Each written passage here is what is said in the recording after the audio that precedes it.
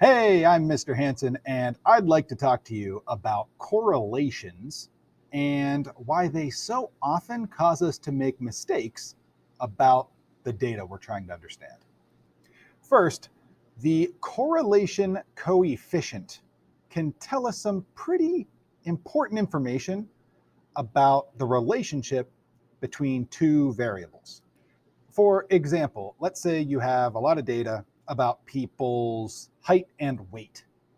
You could find that people's height tends to increase as their weight increases. And so you would say that there is a strong positive correlation between people's height and weight. In the same way, you could take a look at two different variables. You could look at people's height and their screen time per day. And you might find that there's not much of a correlation to be made, or that the correlation between those two variables is weak.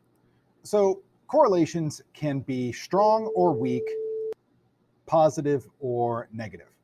An interesting real world example would actually be the strong positive correlation that existed between consumption of ice cream and polio cases. Back in like the 1940s, when polio was a really, really scary disease inflicting a lot of children, we would see that polio cases would spike in the summertime right alongside ice cream. And a lot of experts saw this very real, strong, positive correlation between these two variables, ice cream consumption and increasing polio rates. The mistake they made was incorrectly attributing causation to that correlation. In other words, they said that since a strong correlation exists, then one variable, ice cream consumption, must be causing the other variable, increased polio rates, to be increasing. Now, from this, we learn that causation does not necessarily equal correlation, or the other way around, a strong correlation doesn't necessarily indicate causation. In cases like these, there's often a hidden, a different variable that we might not readily know about that is actually the cause for the increase in one of those variables. And this hidden, confusing variable is called a confounding variable. And so confounding variables can actually cause us to incorrectly say that a strong correlation between variables equals causation.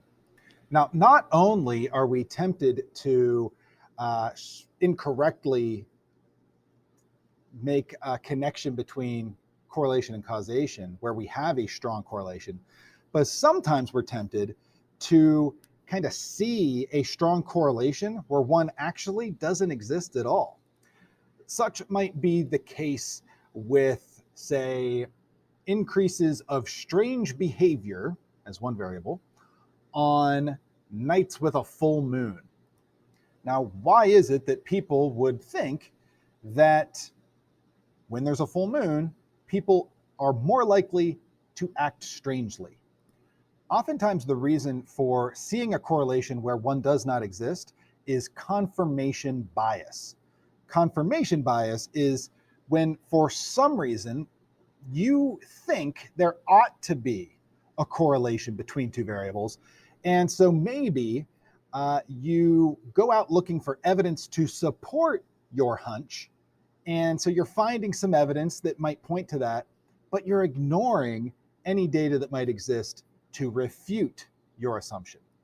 It can also be the case that your explanation for something unknown, in this case, strange behavior, that your explanation that is coming from the full moon is easier for you to comprehend than the actual reason, which might involve a whole bunch of science and lots of different variables and a lot of confusing stuff that you don't have the time or the inclination to learn all about. So correlations are real, they matter, but they can often be misinterpreted.